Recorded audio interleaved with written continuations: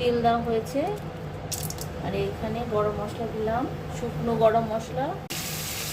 এখানে পেঁয়াজ, আদা বাটা আর অল্প রসুন দিয়েছি,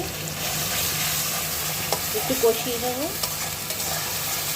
চিংড়ি মাছটা এখন ভালো পাওয়া যাচ্ছে, একদম নড়ছে এরকম চিংড়ি মাছ এনেছি। দামও অনেকটা সস্তা আগের তুলনায়। এই জন্য আমার মেয়ে খেতে খুব ভালোবাসে মালাইকারি, তাই মালাইকারি করছি।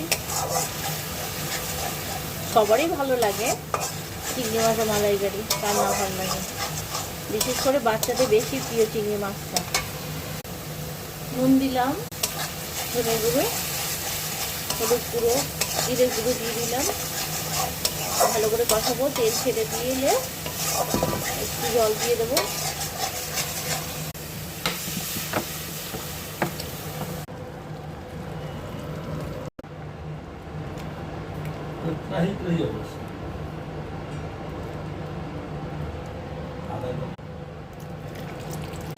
দুধ আর কাজু বাদাম, চারমগজ বাটা দিয়ে দিলাম।